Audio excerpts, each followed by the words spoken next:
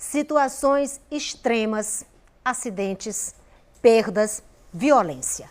Algumas experiências deixam marcas profundas, não só no corpo, mas na mente.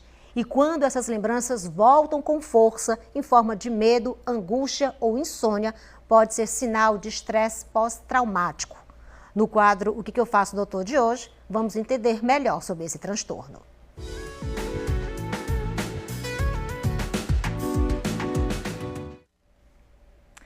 Nós estamos aqui com o médico psiquiatra, o Dr. Vicente Gomes, nosso parceiro de toda segunda aqui. Seja muito bem-vindo, Dr. Vicente. E a gente quer entender como identificar esses sinais, como buscar ajuda e tornar a vida da pessoa com esse transtorno mais leve, essa pessoa voltar a ter qualidade de vida. Seja muito bem-vindo. Obrigado, bom dia, Ângela, bom dia a você que nos acompanha.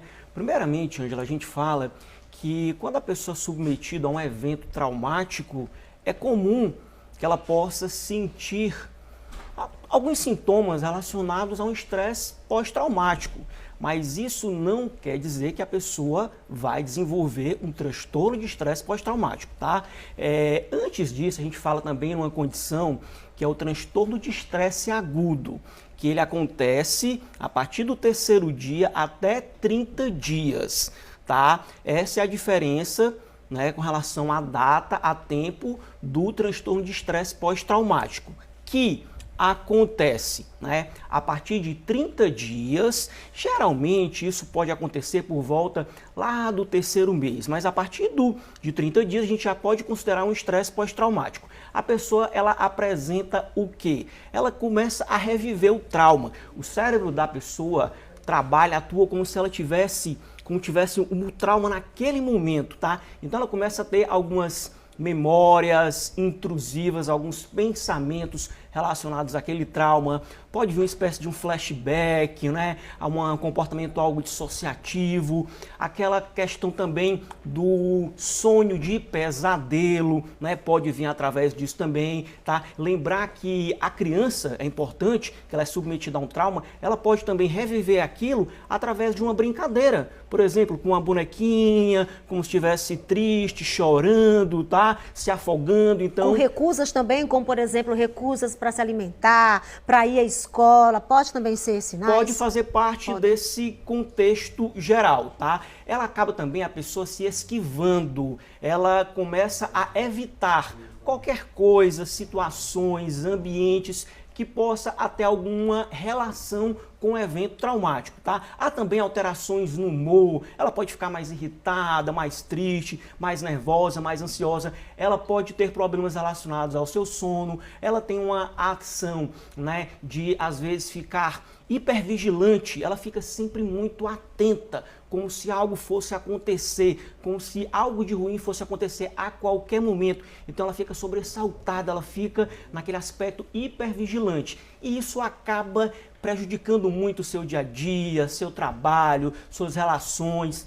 causa sofrimento para a pessoa. Como resolver tudo isso? Onde buscar ajuda? Primeiramente, uma abordagem de psicoterapia, tá? É importante para lidar com aquele evento traumático, para tentar entender aquilo e até para enfrentar aquela situação, que é desconfortável, mas ela necessita daquele enfrentamento, tá? Existe também alguns medicamentos, a gente falando aqui em estresse pós-traumático, tá? Que pode melhorar alguns sintomas relacionados aos quadros de ansiedade, quadros depressivos, transtornos de humor, alterações no padrão do sono, mudança no seu estilo de vida, uma atividade física regular. Por exemplo, aquela pessoa que ela está naquele momento, não chegou ainda no estresse pós-traumático, está naquele momento inicial, começando a sentir ali, passou por um trauma, o que é que ela pode fazer? Ela pode simplesmente trabalhar sua respiração, tentar meditar um pouco e fechar os olhinhos e lembrar de algum momento favorável, de algum momento positivo da sua vida,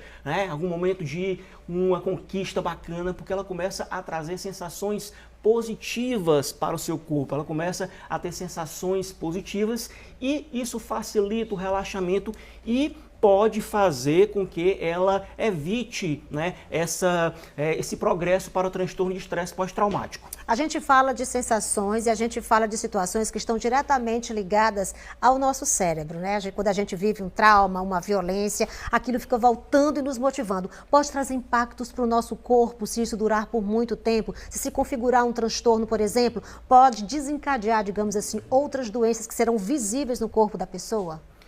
A partir do momento que a pessoa não tem o seu funcionamento mental adequado, que começa a ter problemas no sono, que começa a ter, por exemplo, né, uma alteração ali, ela fica muito nervosa, fica muito tensa, o coração pode disparar, acelerar, tá? Então ela pode começar a ter picos de pressão alta, pode mexer na sua imunidade, pode ter alterações de pele, né? Pode comprometer a pessoa exatamente o que é favorecer outros problemas gastrointestinais, manifestações somáticas que podem evoluir para algum problema clínico orgânico. Então é importante que a pessoa ela esteja atenta. É muito comum, doutor Vicente, e não sei se o senhor vai concordar comigo, de pessoas, por exemplo, que tiveram parentes vítimas de acidente no trânsito, de se recusarem a passar pelo local onde tudo aquilo aconteceu, de reviverem tudo isso com mais intensidade quando circulam pela cidade. Essas pessoas também precisam de ajuda, e quando isso é um sentimento familiar, todo mundo precisa desse acompanhamento, desse cuidado?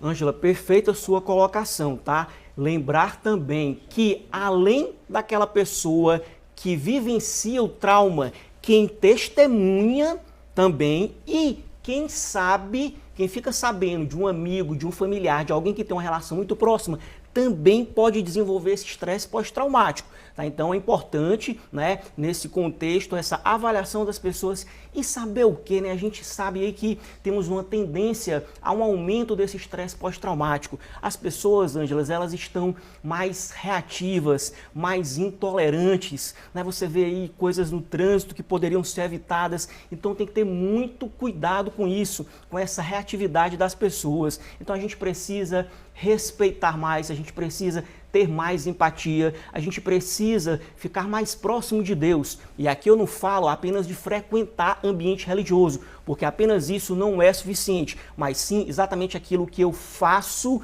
né, a minha atitude com o meu semelhante, de respeito, de consideração, de empatia e principalmente chegar ao final do dia, a gente está com a consciência tranquila, leve, que a gente possa dormir em paz. A consciência e o coração. Muito obrigada, então, pela participação, doutor Vicente. Sempre um prazer tê-lo aqui. Eu que agradeço a oportunidade sempre. Muito obrigado a você pela companhia. Que Deus nos abençoe e nos proteja. E uma semana de luz e de paz. Que assim seja. Até mais.